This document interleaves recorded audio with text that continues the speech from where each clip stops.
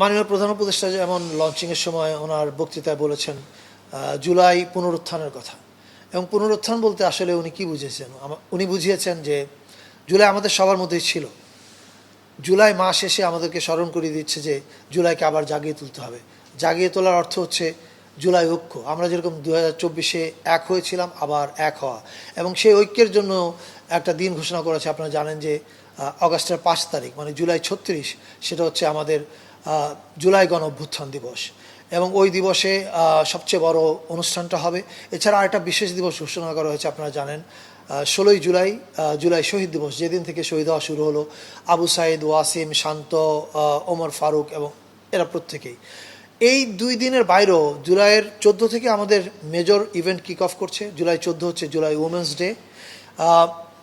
এটা শুরু হচ্ছে ঢাকা ইউনিভার্সিটিতে, কিন্তু আমরা public university, private university, school, college, মাদ্রাসা সব জায়গাতে আমরা অনুষ্ঠানের আয়োজন করছি আমাদের উদ্যোগে। 18 তারিখ হচ্ছে প্রাইভেট ইউনিভার্সিটি রেজিস্ট্যান্স ডে, 21 তারিখ মাদ্রাসা রেজিস্ট্যান্স ডে।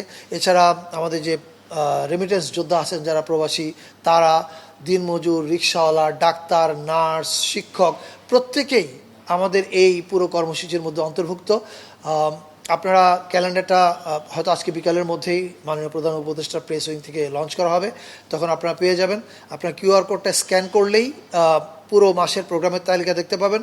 আমরা সবাইকে আহ্বান জানাই, আপনারা যেমন প্রধান উপদেষ্টা মহোদয় আহ্বান জানিয়েছেন এই অনুষ্ঠানগুলোতে যোগ দেওয়ার জন্য, কিন্তু পাশাপাশি আর যত অনুষ্ঠান হচ্ছে সরকারের উদ্যোগের বাইরেও সকল রাজনৈতিক দল, স্টেক হোল্ডার্স, স্কুল, কলেজ সবার আয়োজনে সবাই সকলের অনুষ্ঠানে অংশগ্রহণ করবে।